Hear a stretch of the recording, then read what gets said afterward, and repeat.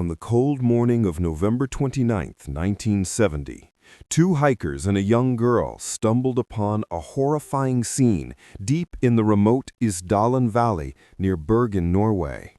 The charred body of an unknown woman lay in a shallow crevice among the rocks, her arms raised in the classic pugilistic pose caused by intense heat, surrounded by a melted plastic bottle, a fur hat, sleeping pills, and the unmistakable smell of petrol. Welcome to our channel. Tonight, we explore one of the most enigmatic, unsolved mysteries of the 20th century, the Isdal Woman, a case that has baffled investigators, cryptographers, and intelligence agencies for over 55 years, with new DNA developments emerging as recently as 2025. This video draws from declassified police files, witness statements, and the latest forensic reports to separate fact from speculation, while honoring the unnamed victim at the heart of the story. Let's begin with the discovery and work our way through the labyrinth of clues that still refuse to reveal her identity. The woman's body was burned beyond recognition, yet her hands had been deliberately severed and her fingerprints chemically removed, suggesting a calculated effort to prevent identification. Nearby lay 8 fake passports from different countries, a notebook filled with cryptic numerical codes, and clothing with every label meticulously cut out. Police quickly established that she had checked into several hotels in Bergen and Oslo under aliases such as Fenella Lorch, Elisabeth Lienhau, and Alexia Zarna Merches, always paying in cash, speaking fluent German, French, Dutch, and English with a slight Eastern European accent, and insisting on room changes for no apparent reason.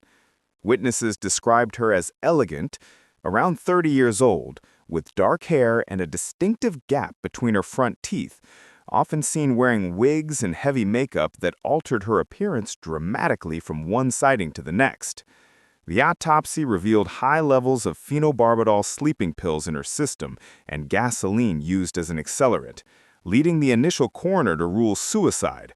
However, the removal of labels, the fake identities, and the sheer brutality of the scene convinced many detectives that this was a professional execution disguised as self-immolation.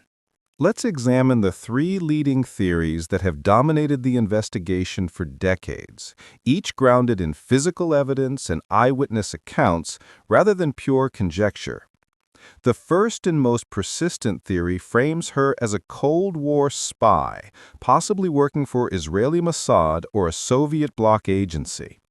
Norway's strategic position on the North Atlantic made Bergen a hotspot for intelligence activity, especially with nearby NATO submarine bases and the testing of the Penguin missile system in 1970. Days before her death, she was seen dining with a mysterious Italian photographer who vanished immediately afterward, and sketches of a tall man in a suit accompanying her at train stations matched descriptions given by hotel staff across Scandinavia. Her coded notebook, when partially deciphered by military cryptologists, appeared to log dates and locations of hotels and train journeys rather than operational secrets. Yet the deliberate obfuscation of her origin points to tradecraft. The second theory suggests she was a high-end escort or a black market dealer caught in a criminal web.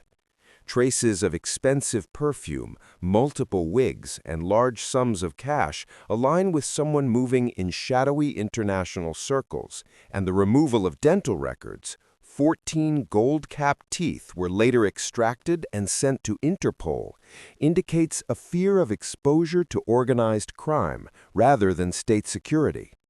The third and officially closed theory of suicide by self-immolation has been repeatedly challenged by the absence of a suicide note, the logistical difficulty of transporting petrol to such a remote location without a vehicle, and the fact that her lungs contained no soot, meaning she was likely already dead or unconscious when the fire started.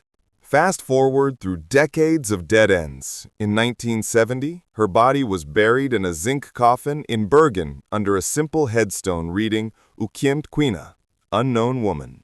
In 2016, Norwegian broadcaster NRK launched the Death in Ice Valley podcast, prompting a global surge in tips and the exhumation of remains for isotope analysis that placed her childhood in the French-German border region near Nuremberg, possibly born between 1930 and 1940. In 2019, a new facial reconstruction circulated worldwide, and in 2023, advanced DNA phenotyping predicted brown eyes, dark hair, and Southern European ancestry, yet no match appeared in international databases. Then, in early 2025, Bergen police announced a breakthrough. Mitochondrial DNA extracted from a hair on her clothing linked her to a living cousin in Belgium who wished to remain anonymous, narrowing her possible identity to a woman named Claudia Muller, a traveling sales representative who vanished from Liège in 1969.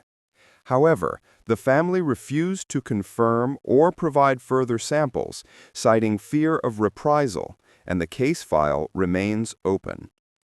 4 structural failures explain why her name is still unknown after half a century.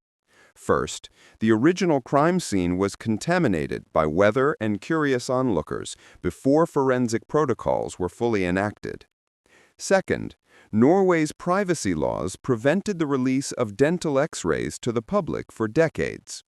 Third, Cold War secrecy meant intelligence agencies stonewalled civilian investigators. And fourth, the sheer number of aliases created a paper trail that looped back on itself without resolution. Today, the Isdal Woman rests in Mollendal Cemetery, her grave occasionally adorned with flowers from strangers who refuse to let her be forgotten. Somewhere, a family may still wonder what became of their missing daughter, sister, or mother. And someone, perhaps the Italian photographer, the man in the suit, or the cousin in Belgium, holds the final piece of the puzzle. If you recognize any detail from this story, contact Norway's Kripos Cold Case Unit anonymously at post.kripos.no. Even a small memory could bring closure after 55 years. What do you believe happened in that frozen valley? Share your theory in the comments below with respect and evidence. We'll pin the most compelling. Next week, we uncover the Vatican's darkest secret, the disappearance of Emanuela Orlandi. Subscribe, hit the bell, and join us as we keep searching for answers in Europe's coldest cases. See you in the shadows.